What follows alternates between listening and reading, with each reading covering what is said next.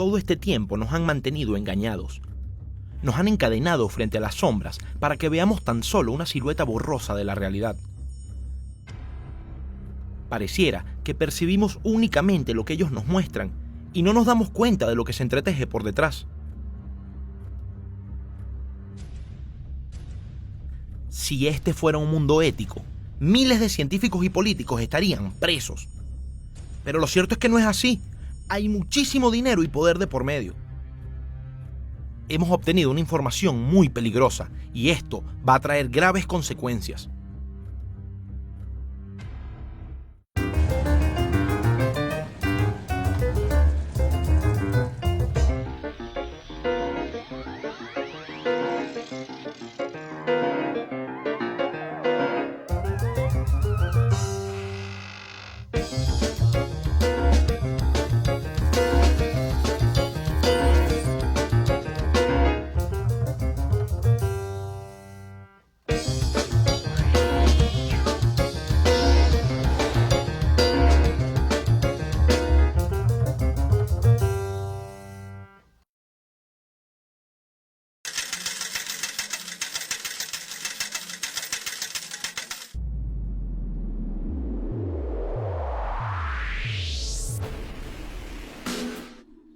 Bueno, yo pienso que la medicina es un medio empleado para mejorar la salud de cada persona. Sí, si acudo a un médico internista o si acudo a un médico psiquiatra, si acudo a un médico cardiólogo, en principio lo que estoy buscando es la solución de que me den un diagnóstico.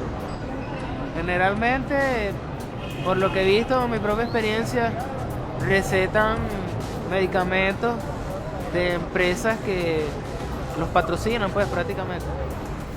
Bueno, un montón de recetas científicas divididas por marcas, distintos tipos de marcas.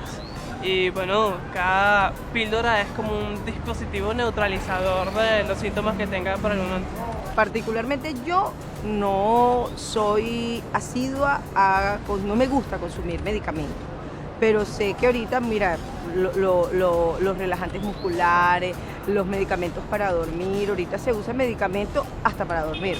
Cuando uno toma esos medicamentos, realmente la enfermedad que tienes no se te quita para siempre, sino que es constante, una cosa pasiva, la tomas y te quita del momento de repente el malestar que tienes, pero ese malestar de repente te aparece en algún otro momento.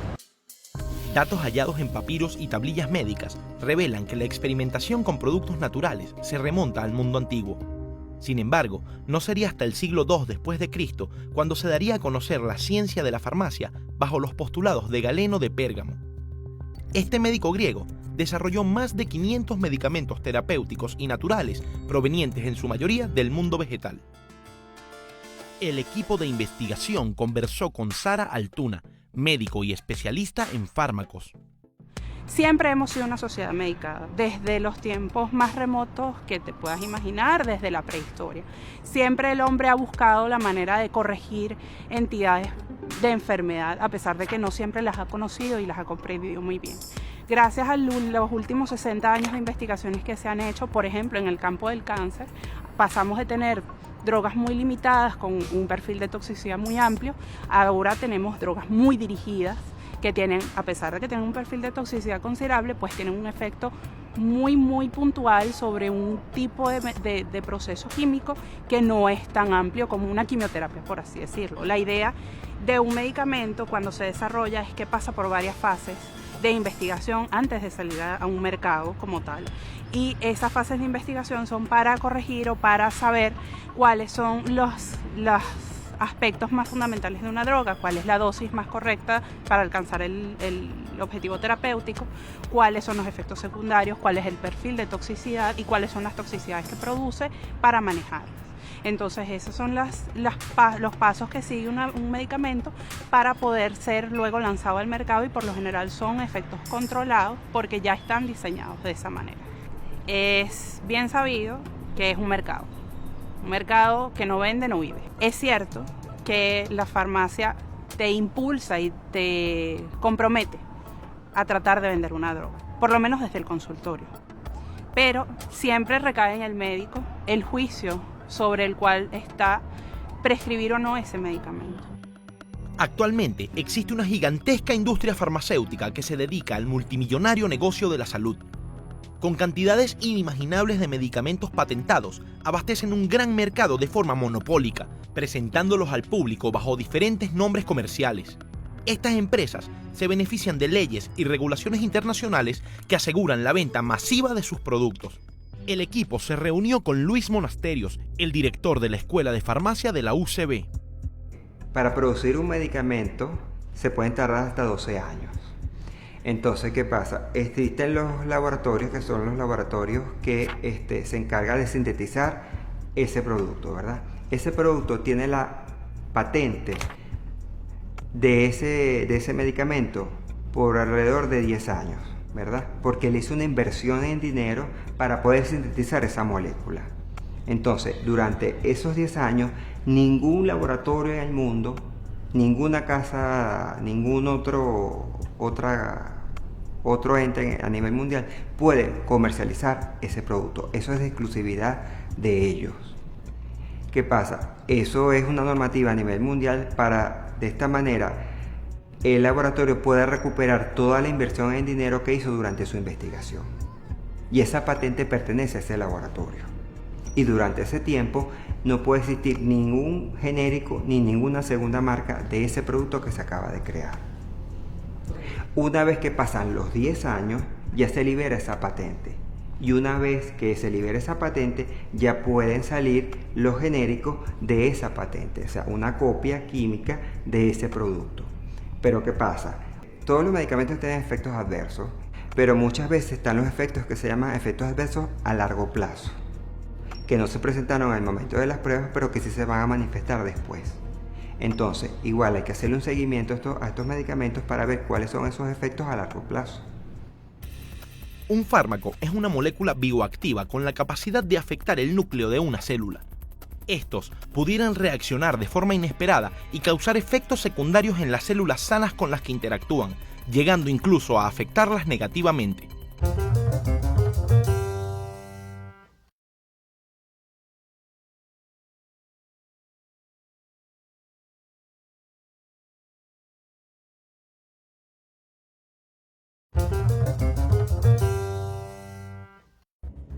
El contenido de los documentos descubiertos es tan desconcertante como inaudito. La salud de toda la población se ha convertido en el gran negocio de la industria farmacéutica, quizá el sector empresarial más rentable del mundo. Esta élite levanta controversias por su capacidad de infiltrarse en los gobiernos con el fin de controlar el precio de sus medicamentos. Los medicamentos que son contra la alergia causan adicción. Los medicamentos que quitan el resfriado causan adicción. Los medicamentos contra los nervios también causan adicción. Y así, esos son algunos ejemplos, pues. Yo juro por lo menos una vez al mes una sola pastilla. Yo más o menos diaria me estoy tomando unas 4 o 5 pastillas. ¿Qué estás tomando? Lamotrigil, Valdoxan, no me acuerdo las otras dos. O sea, pero más o menos son una es antidepresiva, una es para el control del sueño, la otra es calmante y la otra es antiinflamatoria. A lo mejor el tipo de vida que llevamos a lo mejor conlleva a tomar ese tipo de medicamentos para poder trabajar, para poder vivir, para poder estar tranquilo. Pues. Mi bolso en este momento lo que tiene son un bolsito específicamente con pastillas. Por lo menos las personas que consumen medicamentos para dormir. Oye, eso después, si no se lo toman, no duermen, tú sabes, y eso le produjo algo que a lo mejor no lo tenían. La pastilla como tal daña el estómago, por decirte algo, y entonces a lo mejor tú estabas tomando pastilla para no poder dormir y después tú sabes, tienes una úlcera que te causó la pastilla porque el componente de la pastilla es fuerte para el estómago. Efectos paralelos como dolores de cabeza, podría ser mareos. Sí mismo, una pastilla así mismo, la mastico. Había una que me hace orina fosforescente y había otro que una vez me hizo como escuchar voces como si la gente fuera robótica, algo así. La industria farmacéutica justifica el alto costo de algunas medicinas argumentando que gastan millones de dólares en pruebas e investigaciones. Sin embargo, es a través del pago de impuestos que los estados de cada nación y los consumidores financian el desarrollo de fármacos. Pero, ¿qué ¿Qué significa tener patentes sobre los fármacos y por qué es un elemento fundamental para el billonario negocio? Mundialmente, se ha tejido una red de organismos internacionales que trabaja para hacer cumplir el acuerdo de propiedad intelectual de productos. Con esto, se benefician principalmente los tres sectores que más dinero generan a los Estados Unidos: la industria farmacéutica, la industria del software y la autoproclamada industria del entretenimiento. Hay alianzas que benefician la protección de la propiedad intelectual, como es el caso del Tratado de Libre Comercio. En Venezuela, al final del año 2009, el entonces ministro de Comercio, Eduardo Samán, preparó el borrador de un proyecto de ley que tenía por objeto regular las patentes otorgadas a la empresa farmacéutica. En el 2010, un cable de Wikileaks confirmó la gran influencia que tiene la industria farmacéutica, capaces de manipular las leyes a su favor para obtener mayores beneficios. El cable revela cómo el borrador fue sustraído por agentes encubiertos de la industria y llevado a la embajada estadounidense para deshacerse del caso Samán. Allí se determinó que el proyecto no tenía ninguna oportunidad. Sí, sucede que hay un medicamento que tiene determinado compuesto químico, se patenta ese producto por 20 años, resulta que a los 15 años, ya restándote 5 para que venza la patente, tú generas una innovación sobre ese otro producto. Entonces resulta que a ese le agregaste otro compuesto y además de curarte el dolor de estómago, entonces supuestamente te alivia también el dolor de cabeza. Creaste sobre esa patente que tenía 5 años ya para vencerse, una patente adicional, o sea que extiendes la cosa a 25 años. Lo lógico sería que si ese nuevo medicamento es una novedad o una innovación con respecto al anterior, los otros 5 años que quedaban de protección automáticamente se expirasen y pasase entonces a dominio público. Dominio público, que es que todo aquello que estuvo protegido por propiedad intelectual, bien sea patentes, derecho de autor, marcas, etc., queda como una especie de stock o de piscina o de pool, pues de inventario grande donde están todos aquellos conocimientos de la humanidad que tú puedes usarlos para reproducirlos, comercializarlos, distribuirlos ya sin el consentimiento del creador originario. O sea, básicamente eso es lo que funciona allí. Hay una serie de estrategias que usan las industrias farmacéuticas para básicamente ocultar información, pero entonces ahí hay una especie de connivencia o de relación entre los poderes mediáticos y las corporaciones farmacéuticas en este caso, para crear toda una matriz de opinión, toda una especie de inducción en el imaginario colectivo de decirte que los medicamentos genéricos son de mala calidad. La demanda de medicamentos aumenta sostenidamente. Cada vez se toman más y más fármacos. Sabemos que en Venezuela, cada persona compra en promedio 19 fármacos al año. Esto es controversial, ya que por un lado existen muchos medicamentos recetados para condiciones que podrían no ser patológicas, y por el otro hay enfermedades para las que aún no se ha encontrado cura. La diarrea es la enfermedad que más mata personas en el mundo, más que el SIDA y que el cáncer y que otras enfermedades, por simplemente no tener agua o no tener las condiciones necesarias donde tomar agua. Una simple diarrea, que es muy fácil de tratar. Yo pienso que si desde jóvenes tomamos conciencia de nuestra propia salud, llevamos un estilo de vida sano, tenemos conciencia de lo que comemos, nuestra actividad física, todo lo que ingerimos, todo lo que metemos en nuestro cuerpo, podemos llegar a una edad adulta mucho más sana y con una expectativa de vida mucho mayor. Nadie llega a una edad adulta completamente sano. Algo en el momento va a aparecer, alguna enfermedad. Pero entonces esa aparición de esas enfermedades vamos a hacerla lo más tardía posible. Porque entonces es injusto que un muchacho de 30 años o de 20 y pico años empiece a sufrir ya de hipertensión o de una diabetes por tener malos hábitos. Pero en cambio, si empezamos desde jóvenes a cuidarnos, podemos retardar o quizás eliminar la aparición de muchas de estas enfermedades desde jóvenes y retardar esa aparición lo más que se pueda hasta edades mucho más tardías, que ya por lo menos hayamos disfrutado gran parte de nuestra vida y que esas enfermedades que aparezcan sean pocas, porque bueno, ya en edad adulta estamos en una edad de declive y que algo nos va a aparecer. Todos dicen que trabajamos por la salud, pero al final es un negocio y el negocio tiene que producir. Esa es una triste realidad. El SIDA es una de las epidemias más grandes que ha sufrido la humanidad. Hasta la fecha, 25 millones de personas han muerto en todo el mundo contagiadas por el virus. Actualmente existen 40 millones de contagiados con SIDA y 4 de cada 5 enfermos son de origen africano. Tras 30 años de epidemia, los pacientes deben elegir entre tratamientos que superan los $10.000 anuales o la muerte. ¿Es acaso el SIDA una enfermedad creada y propagada por la industria farmacéutica para beneficiarse económicamente? ¿Estamos ante el genocidio selectivo más grande de la historia?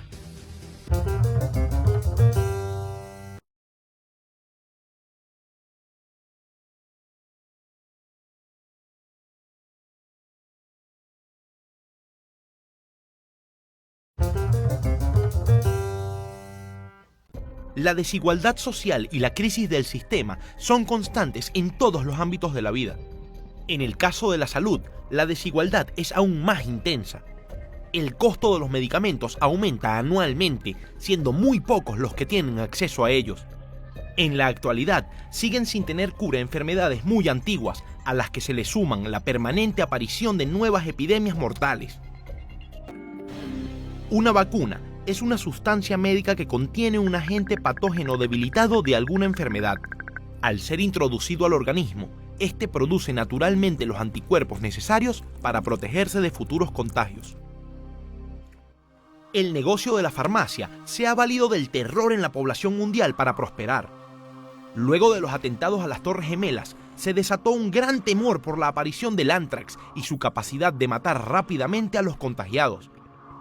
1.200 millones de pastillas de Ciprovay fueron compradas por el gobierno de Estados Unidos a la Bayer, poseedora de la patente del medicamento. Al final, solo se utilizó el 6% de las pastillas, se reportaron 3 muertos y la amenaza desapareció. Poco tiempo después, el mundo entró nuevamente en alerta por la aparición de la gripe porcina. En esta ocasión, el expresidente del Consejo Europeo de la Salud declaró que el brote había sido un engaño ideado por las compañías farmacéuticas y la Organización Mundial de la Salud. El mismo caso sucedió un par de años después con la gripe aviar. Ahora es el ébola. ¿Luego qué será? Para la sostenibilidad de este mismo modo de producción, la vida humana ya es un estorbo. O sea, no es un asunto conspirativo, no es un asunto esquizofrénico, y en eso sí soy tajante, pues es que para que este mismo sistema se reproduzca pasa por todos estos mecanismos de exterminio y población. Tienes casos bélicos como Palestina o como todos estos otros elementos o virus que se van soltando en el ambiente para probar inclusive su efectividad en poblaciones, pues. O sea, yo diría que no, como repito, no diría que no son millones de personas, pero sí son fórmulas que tú vas probando. Esto al final parece, repito, salió de una novela distópica, pero son profundas crisis éticas que tenemos como seres humanos. O sea, podemos hablar de que la ciencia ha beneficiado y ha creado muchas curas para varias cosas, o ha propiciado muchos avances en algunos temas, pero al mismo tiempo ha creado capacidades de destrucción masiva descolosales. Todos los medicamentos, todos tienen efectos secundarios porque todos alteran un punto específico y a pesar de que están diseñados para dirigir el curso de la fisiología otra vez a su normalidad, pues alteran otras cosas que quizá pueden estar funcionando bien y eso interrumpe y ahí es cuando empiezan a aparecer los efectos secundarios. El efecto secundario del ibuprofeno, por ponerte un ejemplo de una droga que se utiliza con cierta frecuencia, no se ven con frecuencia, pero debido a sus efectos secundarios hay que tener ciertas pautas de precaución a la hora de usar, por ejemplo, esa droga, porque tienen efectos a nivel renal, tienen efectos a nivel cardiovascular, tienen efectos inclusive a nivel gastrointestinal. Hay un perfil de bioética que rige a la industria farmacéutica, tanto como a la industria médica, tanto como inclusive a los mismos pacientes. O sea, hay un perfil en el que uno tiene que saber que hay un cierto alcance que uno tiene con los medicamentos. Uno no puede esperar salvar a todo el mundo o corregir todo con drogas. También hay otras intervenciones, por ejemplo, en el caso de la hipertensión arterial o la enfermedad cardiovascular, que es la primera causa de enfermedad en nuestro país, aparte de las enfermedades violentas, que son un problema de salud pública, pues el cambio en el estilo de vida es una intervención terapéutica. Que el paciente mejore su dieta es una intervención terapéutica. Que haga ejercicio es una intervención terapéutica.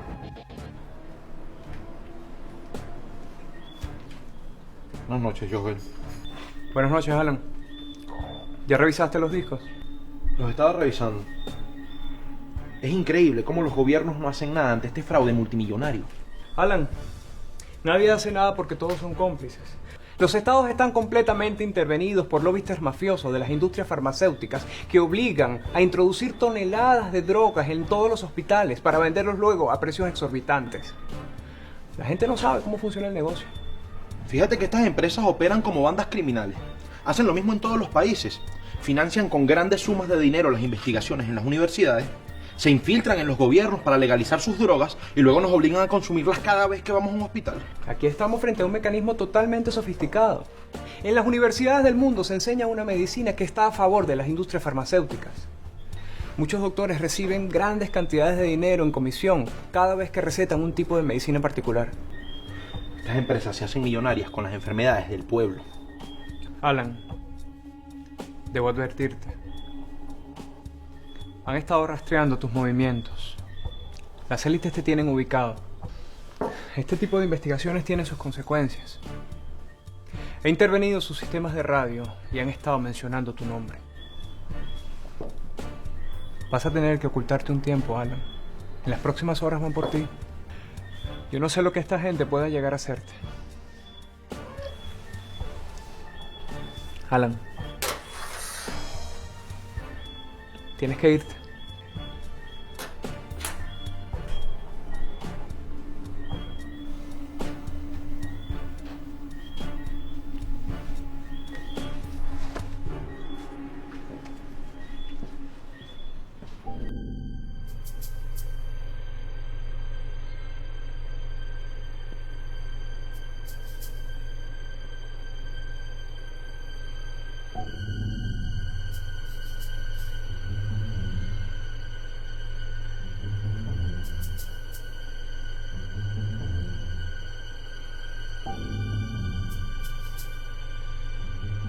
Las élites mundiales nos están persiguiendo.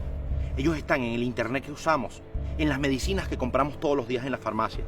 Nos quieren envenenar con sus pastillas cancerígenas, contaminan los alimentos con transgénicos y su ambición está convirtiendo este planeta en una bomba de tiempo. Ellos están estableciendo un nuevo orden mundial y sus efectos nos condenan a todos. Por ahora nos mantendremos escondidos, pero esto no quiere decir que tengamos miedo. Las investigaciones continúan, que les quede bien claro. Y a las mafias ocultas que controlan el mundo les digo, los vamos a desenmascarar.